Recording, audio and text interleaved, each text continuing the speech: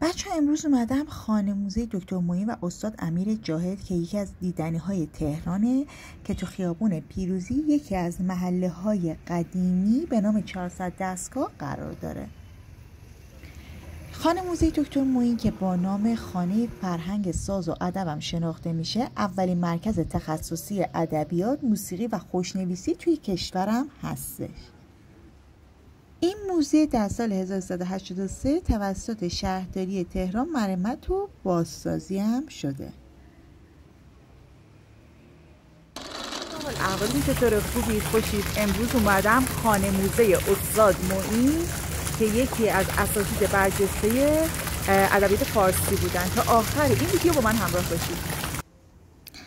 از این خونه محلی برای برگزاری نشست‌ها و کلاس‌های ادبی استفاده میشه و آثاری که از استاد معین و امیر جاهد به جا مونده توی اتاق یک طبقه بالاست. وقتی رفتیم بالا این آثار رو با هم دیگه میبینیم. دکتر محمد معین مؤلف و مصحح فرهنگ فارسی معین، برهان قاطع و دهخدا. ایشون رو میتونیم وارث واژه‌ها و پدر لغتنامه ایران بعد از دهخدا بدونیم.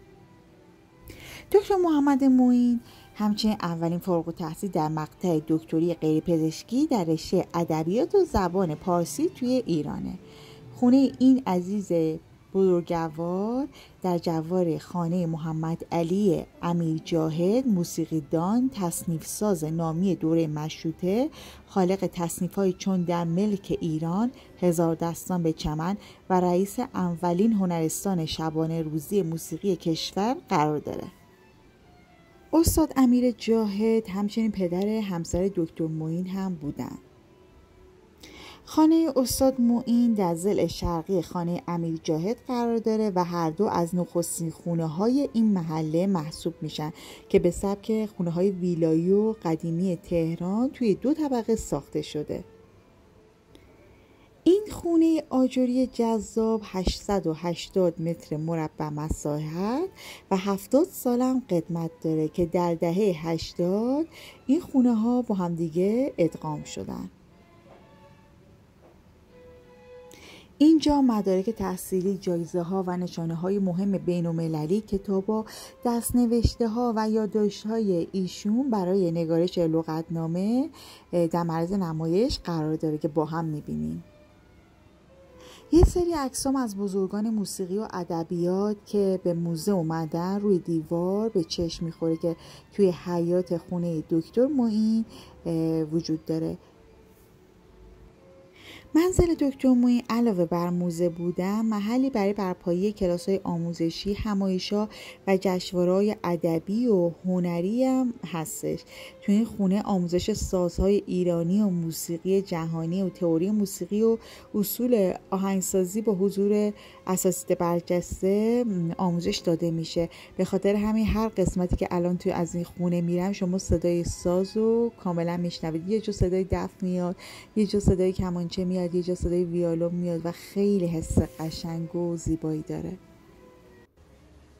توی حیاط خانه دکتر معین یک کارگاه تارسازی هم درست شده. به علاوه این مرکز مجهز به کتابخونه تخصصی زبان و ادبیات فارسیه و علاقه‌مندان زیادی به خاطر به این موضوع به این مکان مراجعه میکنن. این گوشه هم میبینید که یه جایی برای مرغ و خروس و اردک و اینا هم درست کردن. جالبه ولی خب خیلی بوی بدی گرفته اون قسمت از حیاط.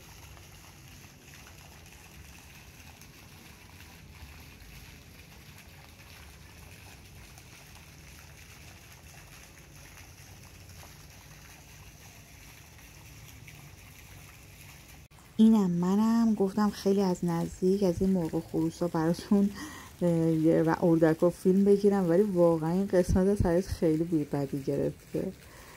و اونورم میبینید که عکسای از خود دکتر معین، آقای امیر مجاهد وجود داره. ببین این قسمت اینا کاشیکاریه. خب اسم تمام اساتید موسیقی و سینما رو همین کاشیا نوشته شده. ببین چقدر جذاب و زیبا، خیلی خوشگله. اینا دونه به دونه‌شون رو نگاه کنید، اسم اساتید هستش. به به به به به، استاد شجریان، به به. بچه خانه موزه استاد معین به دلیل قرار گرفتن توی بافت قدیمی و نوع معماریش همیشه مورد توجه همه بوده، مخصوصا لوکیشن برای فیلم های قدیمی مثل فیلم سرزمین کهن به کارگردانی کمال تبریزی اینجا ساخته شده و همچنین لوکیشن فیلم چیزم بوده. الان شنیدم که لوکیشن سریال شهزادم اینجا بوده. خیلی جالبه که سریال شهزادم اینجا فیلم برداری کردن و 3 فصلشو که داشتن میساختن اینجا فیلم برداری کردن. بعد یادتونه هم سریال شهزاد که داستان عاشقانه تو زمان تاریخی دکتر مصدق بود و یه دختری به نام شهزاد و یه پسری فرهاد که روزنامه‌نگار بود و اینا عاشق هم میشن و حالا مسیری که تو چیز هم مربوط به تاریخ بوده هم عاشقی اینا. بچه اینجا نگاه کنین، اینجا اتاقه، گفتم وسایلی که مربوط به استاد معینه اینجا فقط تو همین اتاق قرار داره، یعنی کلا موزهش فقط همین اتاقه. میبینید بچه ها تمام چیزایی که آثاری که هستش مربوط به استاد معین، عکس ها و وسایلی که از اونجا مونده همه رو تو این اتاق قرار دادن. اینا همشون قدیمیه ولی خب این نقاشیایی که این وره اینا معاصره که تو این اتاق کنار وسایلشون قرار دادن. بچه اینجا مثل که داخل موزه است ولی نمیدونم کجا. اینه که نقاشی معاصره، نمیدونم آثار خود استاد معین کجاست. هر جا که میرم راهنما نباشه گم میشم.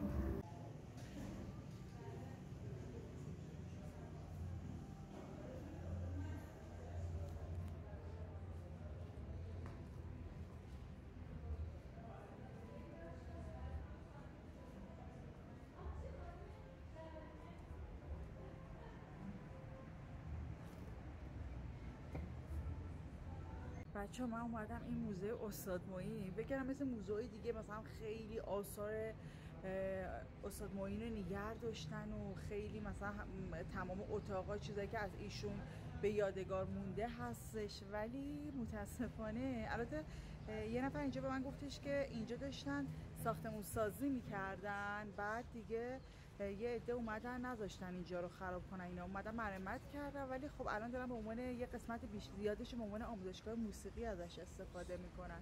حالا من یه قسمتایی براتون فیلم گرفتم و توضیح دادم و اینا، ولی به جز اون اتاق و خود کلیت خود خونه چیز دیگه ای نبود که بهتون بگم.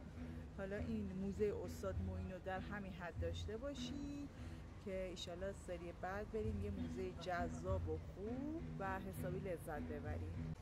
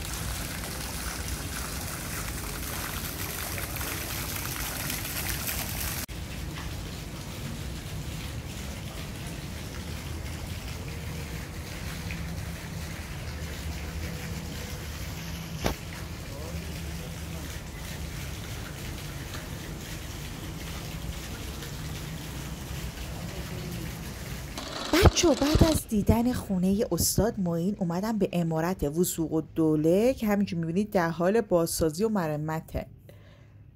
سلام بچه ها، حال احوالتون چطوره؟ خوبی؟ خوشین؟ خوشگلی؟ اینجا نگاه کنید بچه ها. الان اومدم عمارت وثوق الدوله، یه باغ بزرگ، الان نمیدونم موزش بازه یا نه، ولی اینجا لوکیشن سریال شهزادم بوده. یادتونه خونه بزرگ آقا اینجا لوکیشنش بوده. الان میریم با هم دیگه میبینیم این باغ خوشگله و ببین چقدر اینجا قشنگه.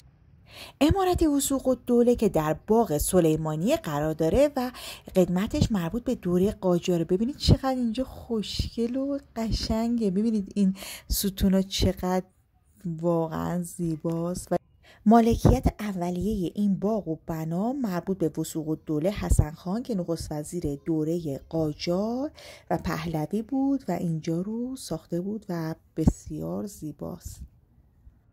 بچه اینجا ویلای تابستونی وثوق‌الدوله بوده که خونه اصلیشون هم تو خیابون سرچشمه تهران بوده اون زمان. بچه این عمارت زیبا، عمارت وثوق‌الدوله یا باغ سلیمانیه، اولین بار توی سالهای 45 یا 50 مرمت میشه. بعد دیگه بعد از اونم همین زمان که میگذره تقریبا متروکه میشه تا اینکه به عنوان لوکیشن شهرزاد وقتی میخوان انتخابش کنن دوباره میان بازسازی و مرمتش میکنن و حسابی شیک و خوشگلش میکنن و الانم دوباره دارن داخلش رو بازسازی میکنن. این باغ و عمارت سالها تحت نظر بنیاد مستضعفین بوده که به عنوان لوکیشن فیلم ها ازش استفاده میکردن و بعدها سازمان بوستان ها اونو خریداری میکنه و الان هم زیر نظر شهرداریه و به بوستان مادر و فرزندم توی این منطقه معروفه.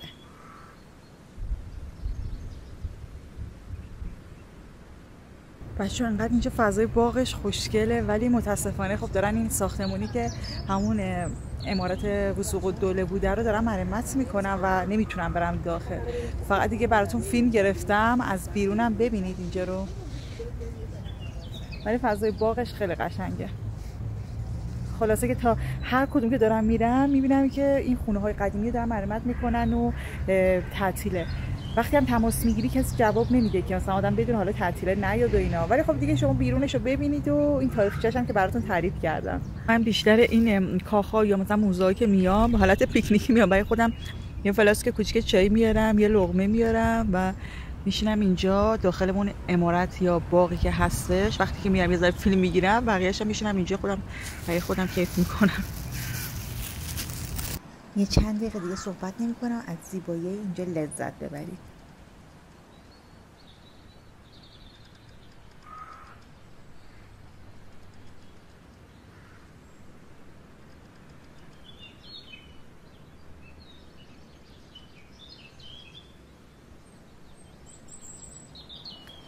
بچه خب تا ته باغ رفتم ولی دیدم که به جز همون عمارتی که دارن الان بازسازی و مرمتش میکنن چیز دیگه برای دیدن نداره و دیگه الانم دارم برمیگردم.